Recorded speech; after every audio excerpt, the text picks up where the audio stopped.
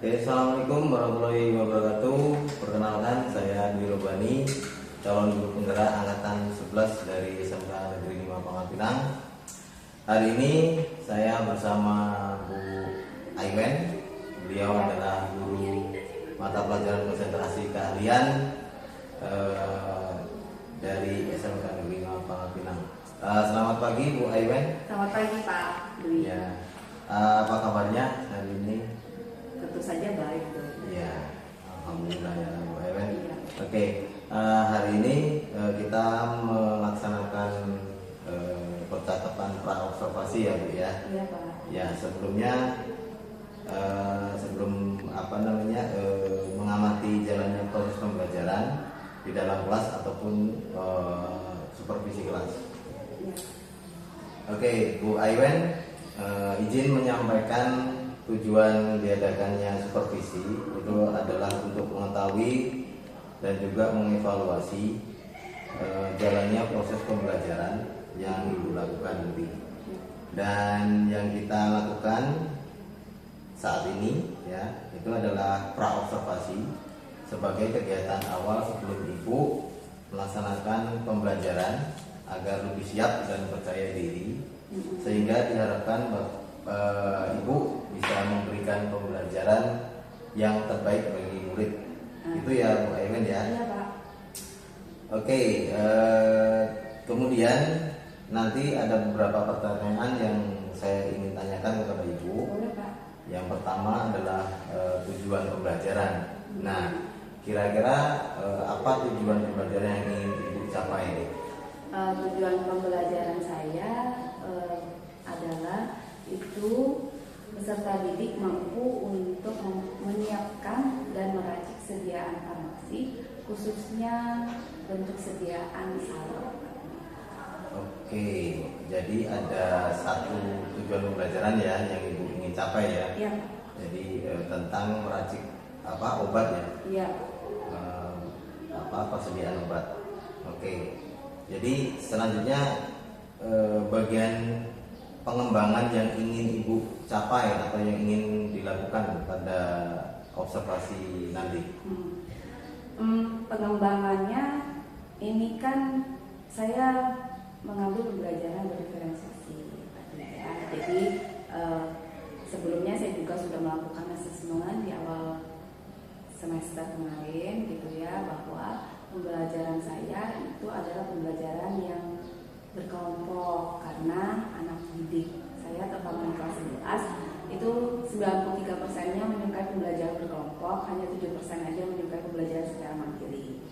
Nah, itu nanti di sana karena bekerja secara berkelompok tentu saja kan ada kerjasama Pak Dwi, ada tanggung jawab di sana, kemudian itu pengembangan sosial emosionalnya Pak Dwi, terutama lebih pada ke arah manajemen diri ya Pak Dwi ya. Mereka mampu mengelola diri mereka masing-masing di dalam kelompok untuk mampu menyesuaikan diri di dalam kelompok mereka agar dapat bekerja sama, memiliki inisiatif sendiri supaya kelompoknya itu tetap jalan.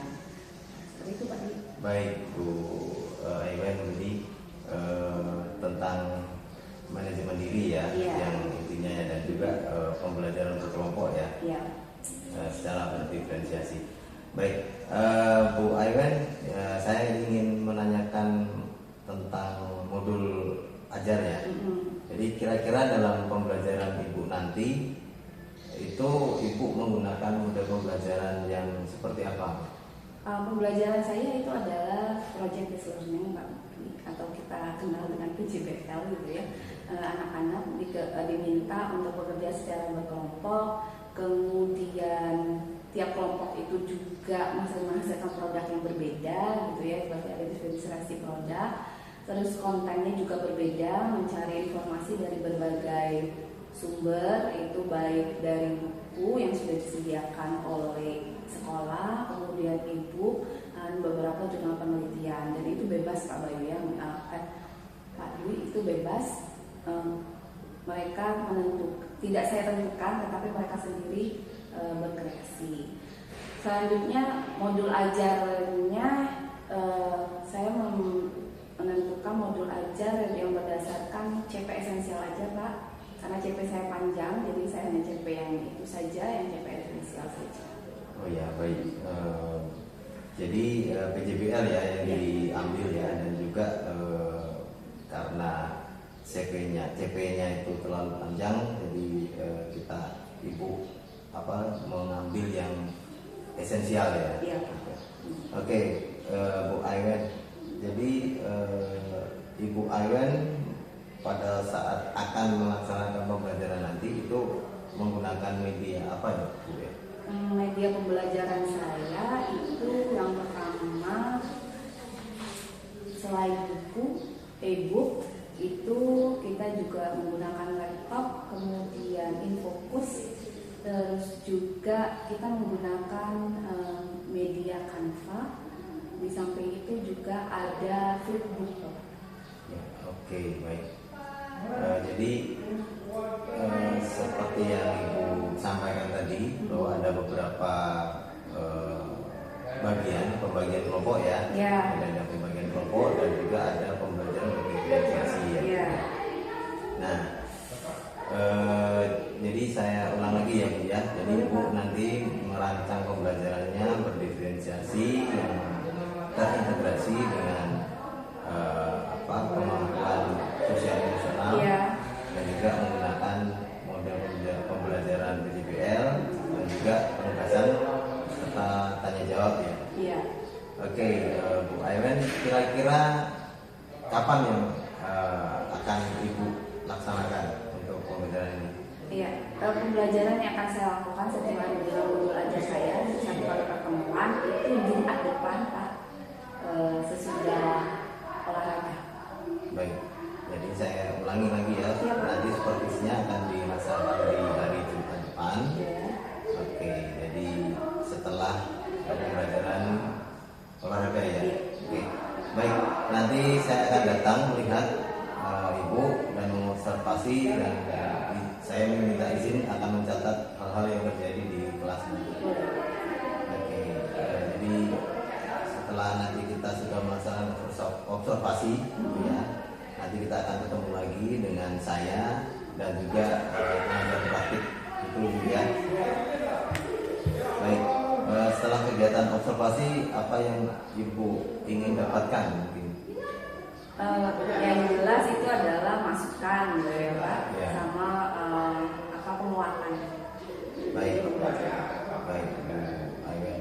Mungkin itu saja. Terima kasih atas kesediaan waktunya Bu Aywen. Mungkin kita akan bertemu kembali di kegiatan observasi kelas minggu depan. Iya, terima kasih. Ya, sama-sama. Siap, gerak, luruskan. Lurus.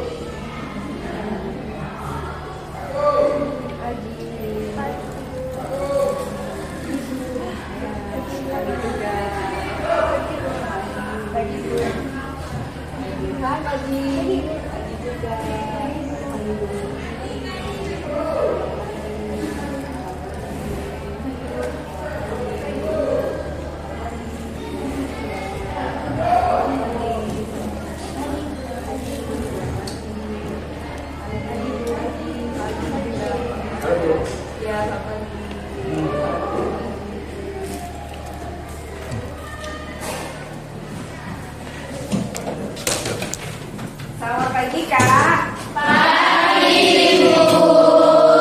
Ya, seperti hari ini sebelum memulai pembelajaran, mari kita berdoa dulu. Tolong dipimpin oleh Kak Julia. Sebelum memulai pelajaran hari ini, baiknya kita berdoa. Doa dimulai.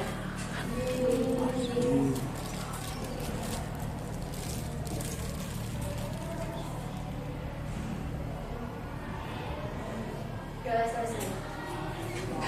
Terima kasih. Kak, pada pertemuan kita kali ini, Ibu ingin mencapai untuk mengatakan atau menyampaikan tujuan pembelajaran kita pada hari ini ya. Yang pertama itu adalah kalian diharapkan mampu untuk meracik dan menyiapkan sediaan farmasi, khususnya bentuk sediaan momentum atau salep dalam bermacam-macam jenis salep gitu ya. Nah, sebelum masuk ke pembelajaran inti kita, yuk mari kita membuat ice breaking terlebih dahulu. Kira-kira kalian sudah tahu ya tepuk semangat ya? Sudah. Ya kita siapa ibu minta tolong Kak Dinda untuk memimpin ice breaking. Silakan Kak. Tepuk 1. Yes.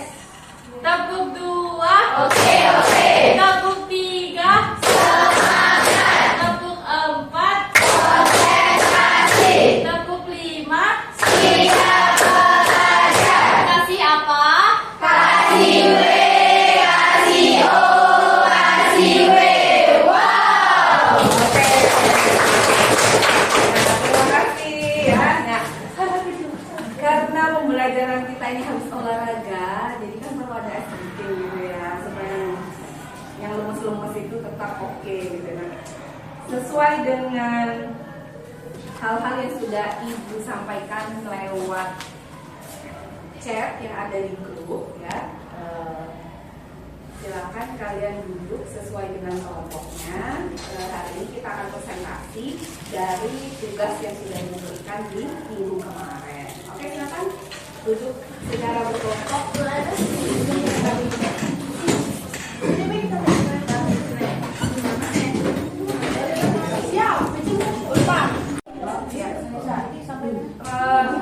Ya, nah, yang karena mati lampu hari ini, silakan kalian buka dari drive-nya. Hari ini adalah kelompok Dinda. Kelompok Dinda masuk kelompok berapa ya? Kelompok 1. Oke, kelompok 1 kita buka untuk jurnal yang sudah masuk ke drive ini. Kelompok berapa aja ya?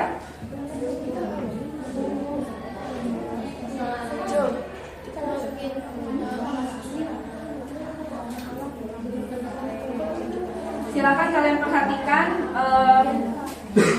jurnal dari kelompok Dinda ya. Karena mati lampu, yuk kita buka.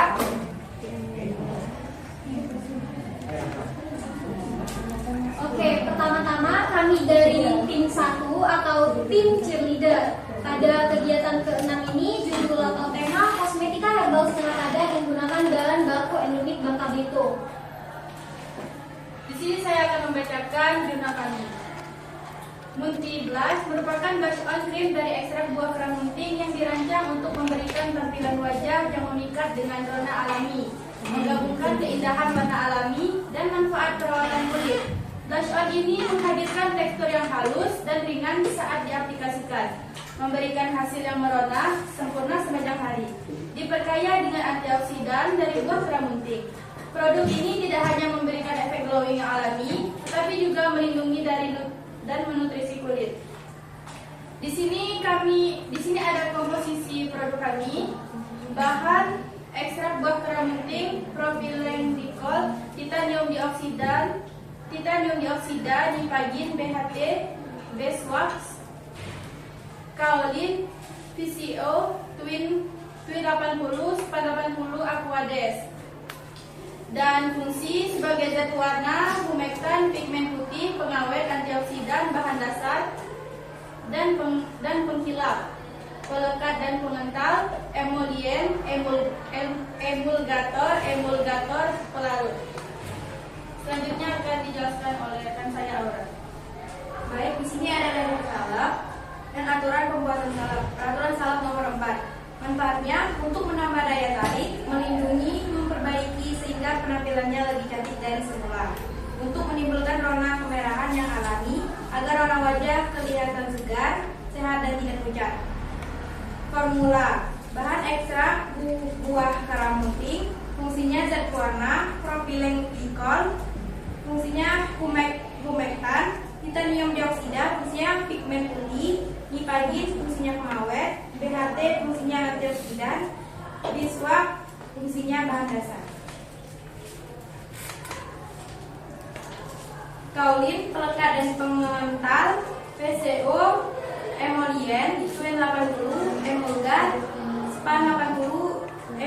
ekstraktor, Aquades, pelarut. Keterangannya, F1 dengan formula dengan ekstrak buah karamuting 8%, F2 formula dengan ekstrak buah karamuting 9%, F3 formula dengan ekstrak buah karamuting 10%.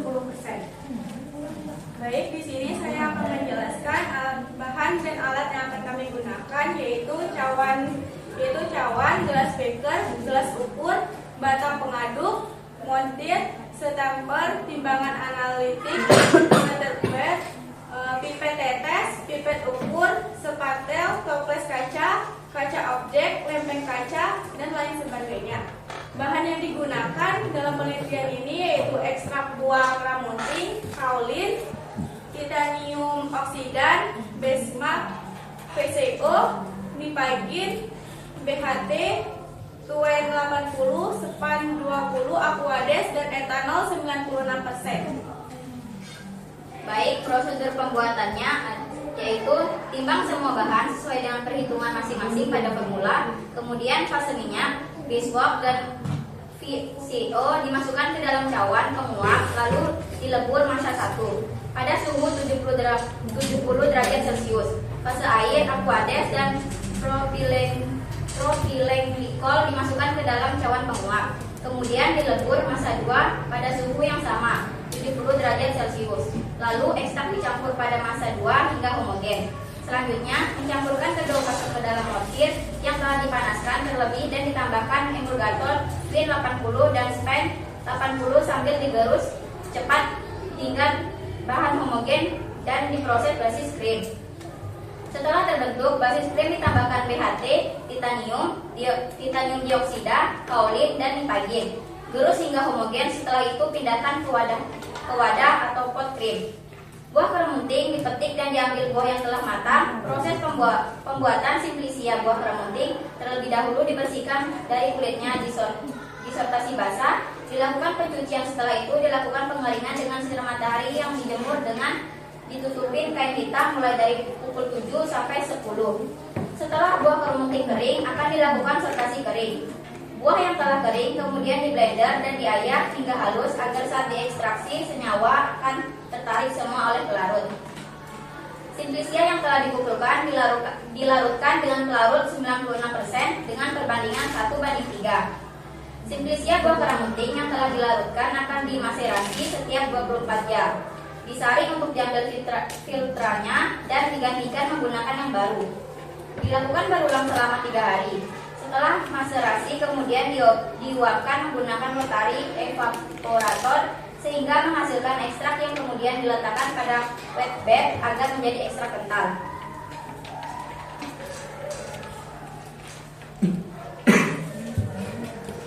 Baik, di sini saya akan membacakan suatu produk sesuai analisis dari ekstrak karamuting. Strength, bahan alami dengan khasiat antioksida, unik dan ramah lingkungan, cocok dengan tren green beauty.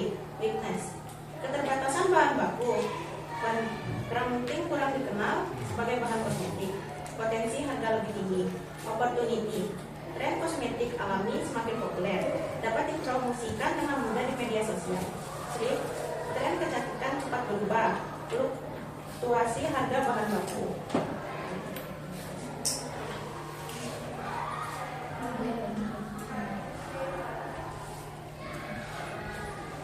Baik, di sini ada desain yang telah kami buat. Yang pertama label, bisa kalian buka di drive yang telah kami cantumkan. Di sini untuk kemasan luarnya kami mendesain seperti ini menggunakan kotak. Kemudian ada kemasan primernya, kami menggunakan seperti wadah yang kaca seperti ini. Kemudian cream glassnya itu di sini. Kemudian untuk spanduk atau banner, di sini kami menggunakan brosur dan di sini terletak tentang produk, kelebihannya, kemudian terletak cara penggunaannya, manfaat dan pengertian dari produk tersebut. Untuk e-book, kalian bisa lihat di link yang sudah kami cantumkan pada Google Drive tersebut dan referensi jurnal ilmiahnya juga bisa kalian lihat di drive tersebut. Jadi di sini kami membuka sesi tanya jawab. Jika ada yang ingin bertanya, dipersilahkan. Baik, di sini ada yang ingin bertanya? Ada. Antri ya kak. Ya, yuk dari mana dulu nih yang mau Dipersilakan untuk Asia. Baik, izin bertanya. Kami dari kelompok 3 Biskuat. Pertanyaannya, apa dasar salep dari produk yang kalian buat? Oke, baik. Dasar salep yang kami gunakan untuk produk yang kami cantumkan tadi yaitu blush on dari ekstrak buah keramuting yaitu Biswax. Oke, terima kasih kembali. Untuk Shaila dipersilakan.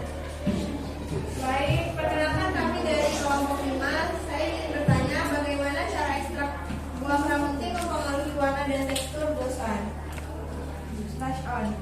Kasih. Terima kasih.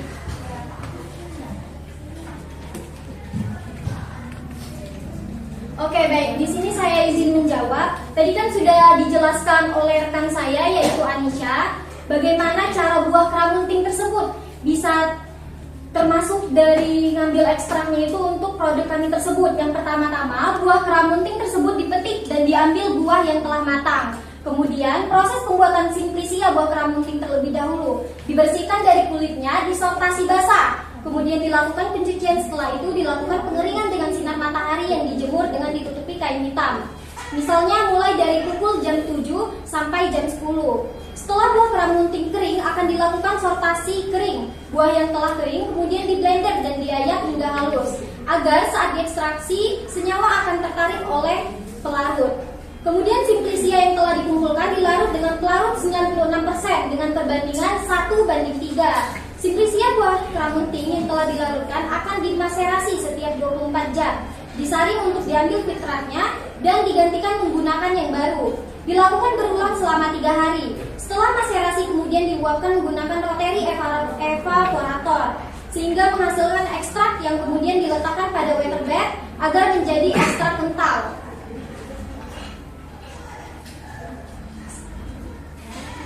Sekian jawaban dari saya. Apakah Shaila sudah puas? Ya, sudah. Oke, baik. Di sini sekian presentasi dari kami. Maaf jika ada salah kata atau ada yang kurang dipahami. Jika ada yang kurang dipahami bisa ditanyakan di belakang presentasi. Kami tutup. Selamat pagi.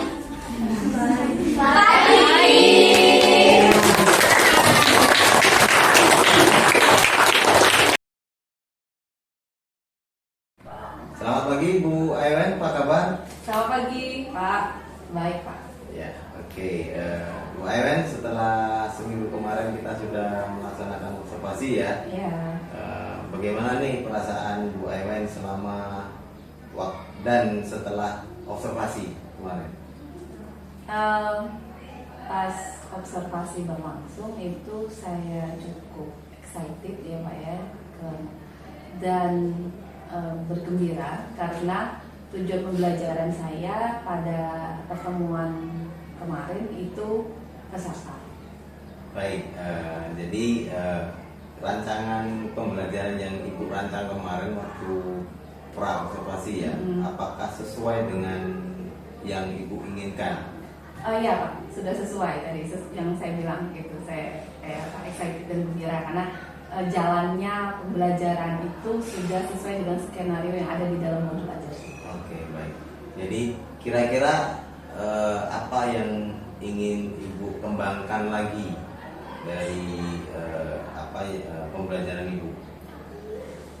Yang saya ingin kembangkan lagi itu keaktifan dan inisiatif peserta didik di dalam kelas dan di dalam kelompok.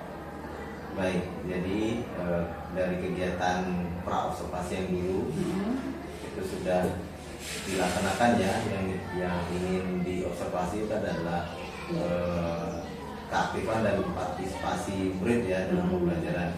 Jadi waktu kemarin itu keaktifan dan partisipasi murid itu seperti apa Bu Aiwen? Kalau partisipasi mereka itu meningkat dari pertemuan sebelumnya gitu Pak ya. Kalau dari segi aktif menurut saya itu anak-anak itu satu kehadiran penuh di dalam kelas. Jadi ya teman presentasi di depan, dia nggak boleh nengok ke depan, ke belakang gitu ya, atau ngobrol sendiri, tapi aktif menikmati gitu ya pembelajaran itu aktif. Kemudian yang kedua juga ikut serta gitu Pak Dwi ya, ikut serta bertanya, menjawab gitu ya, berdiskusi, terus aktif juga di dalam kelompok. Jadi ikut serta di dalam kelompok, jadi aktif itu ikut serta mereka gitu kan. Nah selain itu juga inisiatif itu juga meningkat Pak Dwi. Kalau biasa itu dalam kelompok dari hanya 1 atau 2 orang aja yang bekerja, sekarang terbalik, hanya 1 atau 2 orang yang inisiatifnya belum muncul gitu ya, jadi harus dikejar-kejar sama temannya dulu baru menunjukkan. Baik, jadi ada peningkatan dalam hal partisipasi dan keaktifan ya. Iya. Jadi dari hal tersebut mungkin apa rencana Ibu untuk mengembangkan diri terkait yang Ibu ingin tingkatkan tadi? Biasanya saya mencari inspirasi dari sumber-sumber yang saya cukup membangkitkan semangat. Salah satunya itu adalah lewat Instagram, Pak Dwi ya. Saya sering melihat di waktu senggang itu berapa Instagram yang saya suka, seperti Luluki Mas, kemudian Jangan Jadi Guru atau Miss Metal Guru. Nah di sana itu kadang ada pembelajaran yang menarik, atau bisa juga saya buka PMM di bagian video inspirasi gitu kan. Kira-kira pembelajaran yang memang mungkin pembelajaran farmasi itu jarang ada di PMM, tapi kan ada beberapa hal yang bisa saya terapkan di dalam kelas, sehingga juga itu juga bisa membuat saya untuk lebih berkreasi lagi di dalam proses pembelajaran. Nah di samping itu kadang-kala saya juga mengikuti pembelajaran secara pelatihan secara mandiri. Baik, jadi banyak banget ya ingin yang ditingkatkan Ibu ya. Jadi mungkin dengan apakah Ibu itu memerlukan dukungan dari teman sejawat yang untuk membantu tujuan Ibu yang akan Ibu capai?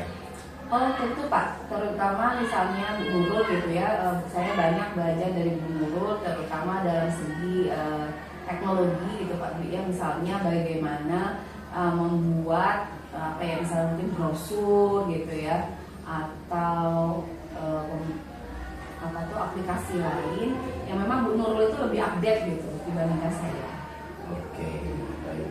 Jadi kira-kira mungkin kapan Ibu mau melaksanakan rencana tersebut? 2 sampai 3 minggu ke depan. Baik, 2 minggu ke depan ya, 2 atau 3. Oke, baik Bu Aiwen. Jadi mungkin itu kita cukupkan ya untuk perbincangan kita. Saya ucapkan terima kasih sudah bersedia untuk diobservasi ya Bu ya. Iya Pak. Terima kasih sekali lagi Bu Aiwen.